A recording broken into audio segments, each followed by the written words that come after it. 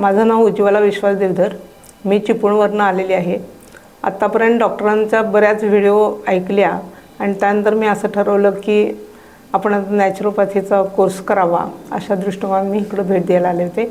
त्याप्रमाणे मी आता पंचकर्म किंवा इतर काही थेरपी असेल त्या मी केलेल्या आहेत आणि डोळ्याचं पण जरा मोतीबिंदू प्रॉब्लेम असला त्या पण मी थेरपी केल्या आहेत. त्यामुळे मला खूप हलकं आणि चांगलं वाटते. सगळे खेळीमेळीने बोलत आहेत, खेळीमेळीने वागतात किंवा थेरपी करताना सुद्धा अगदी व्यवस्थित आणि छान वाटतात.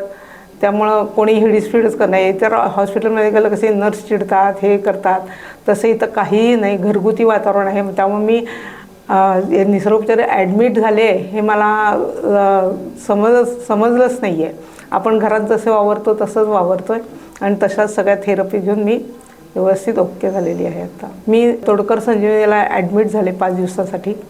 त्यामध्ये मला पंचकर्म आणि डोळ्याबद्दलवरच्या त्या थेरपी वगैरे सगळ्या करण्यात आल्या. त्याचा मला चांगलाच फरक पडलेला आहे आणि आज हे सगळं घेतल्यामुळे मला आज इतकं हलकं वाटते की मला घरी जाताना खरंच खूप छान वाटेल. तेव्हा प्रश्नच नाही आहे. जर असं कोणाला होत असेल तर त्यांनी तोडकर संजीवनीला भेट द्या आणि त्याचा निश्चित आपण वापर करून बरे होऊ शकतो.